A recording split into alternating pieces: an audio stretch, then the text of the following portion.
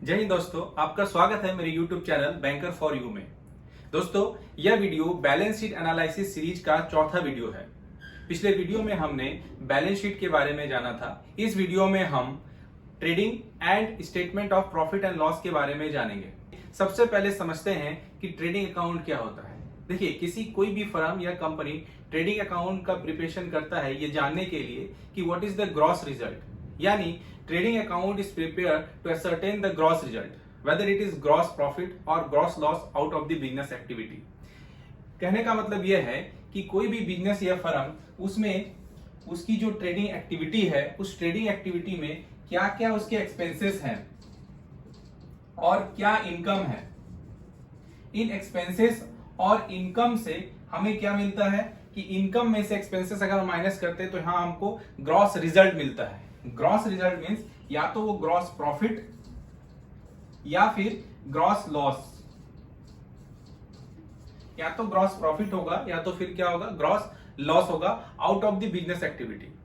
अब देखिए, ये जो यहां पे हमने इसको कहा है कि ट्रेडिंग, तो जनरली जो बिजनेस या ट्रेडिंग में एंगेज है उसका स्टेटमेंट जो बनेगा वो ट्रेडिंग स्टेटमेंट बनेगा, ट्रेडिंग अकाउंट बनेगा। इसी तरह अगर कोई फर्म या कंपनी जो है वो इंडस्ट्रियल एक्टिविटीज में है, मैन्युफैक्चरिंग में है, तो उसका मैन्युफैक्चरिंग का अकाउंट बनेगा, यानी उसको हम मैन्युफैक्चरिंग स्टेटमेंट भी बोलेंगे। तो इस तरह से हमें एक्सपेंसेस और इनकम से हमें क्या ग्रॉस प्रॉफिट या ग्रॉस लॉस मिलेगा।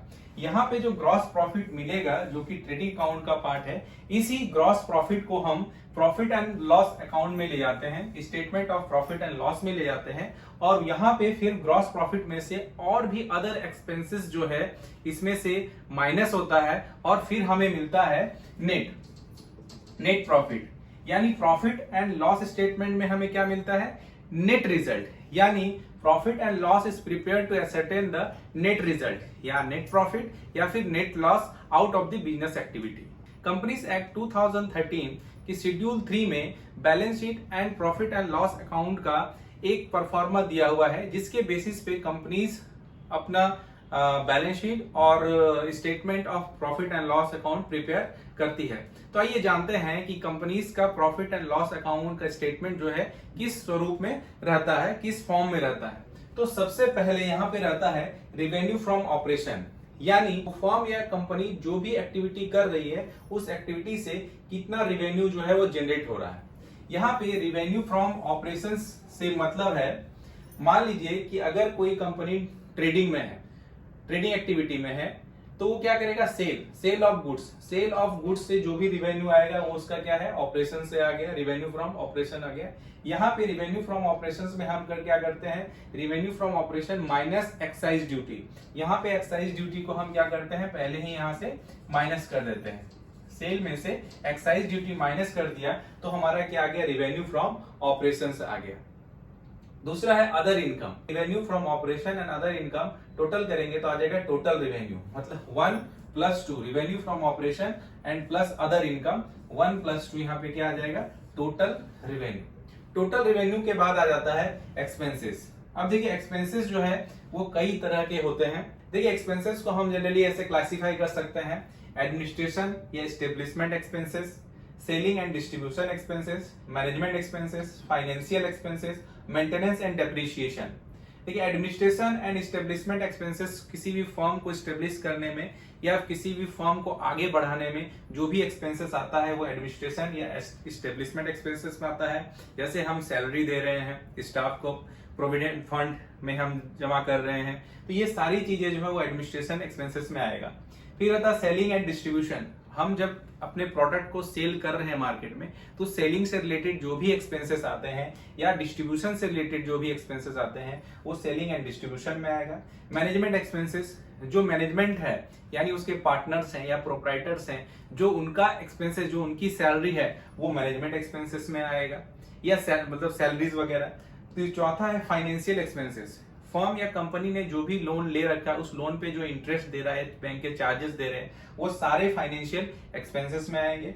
एंड फिर मेंटेनेंस एंड डेप्रिसिएशन, अगर फर्म या कंपनी के पास कोई मशीनरी है तो उसको मेंटेनेंस करने के जो चार्जेस आते हैं, और फिर जो इनके पास फर्म या कंपनी के पास जो भी कैपिटल एसेट्स हैं वो जो एमोटाइज होते हैं, डेप्रिशिएट होते हैं, वियर एंड टियर के लिए एक वैल्यू साइड में रखा जाता है जो कि डेप्रिशिएशन कहलाता है, उस वो डेप्रिशिएशन भी आता है। मेंटेनेंस एंड ये सारे एक्सपेंसेस जो हैं ये फर्म या कंपनी से रिलेटेड होते हैं। देन हमारे पास आता है जब हम इनकम में से अपने टोटल रेवेन्यू में से एक्सपेंसेस को माइनस कर देते हैं, इन सारे एक्सपेंसेस को माइनस कर देते हैं, तो हमारे पास बचता है profit before exceptional, extra ordinary items and tax. ये हमारे पास आ गया 3 - 4। 3 में क्या आ गया आपका टोटल रिवेन्यू, टोटल रिवेन्यू से हमारे एक्सपेंसेस को माइनस करेंगे तो हमारे पास आ जाएगा profit before exceptional and extra ordinary items and tax. Exceptional items कुछ ऐसे आइटम्स होते हैं जो कि हमें माइनस करने पड़ते हैं यहाँ से, तो वो सारे आइटम्स को अगर हम माइनस करेंगे तो हमारे पास बच गया profit before extra ordinary items and tax. फिर एक्स्ट्रा ऑर्डिनरी आइटम्स को हम माइनस करेंगे तो हमारे पास आएगा प्रॉफिट बिफोर टैक्स। उसके बाद देखिए हम टैक्स को माइनस करेंगे, करंट टैक्स या फिर डेफर्ड टैक्स। करंट टैक्स मतलब करंट ईयर का टैक्स, और डेफर्ड टैक्स मतलब जो हमारी पिछली लायबिलिटीज है टैक्स का, उसको हम डेफर करके इस साल अगर पेमेंट कर रहे हैं तो उस डेफर में आएगा। इसको माइनस करने के बाद, टैक्स को भी माइनस करने के बाद हमारे पास क्या आएगा PAT यानी profit after tax. Profit after जो टैक्स आएगा हमारा ऑपरेशन से, इसके बाद अगर ये कंपनी है तो उस प्रॉफिट में से वो कुछ जो है जो इक्विटी है उसमें डिविडेंड इशू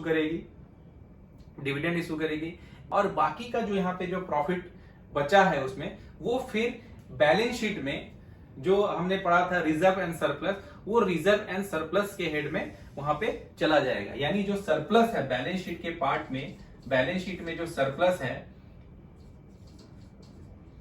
वो सरप्लस में ये प्रॉफिट जो है वो चला जाएगा। अगर मान लीजिए कि यहाँ पे कंपनी के पास अगर कंपनी लॉस में होती है तो यहाँ पे क्या एक नेगेटिव बैलेंस आएगा।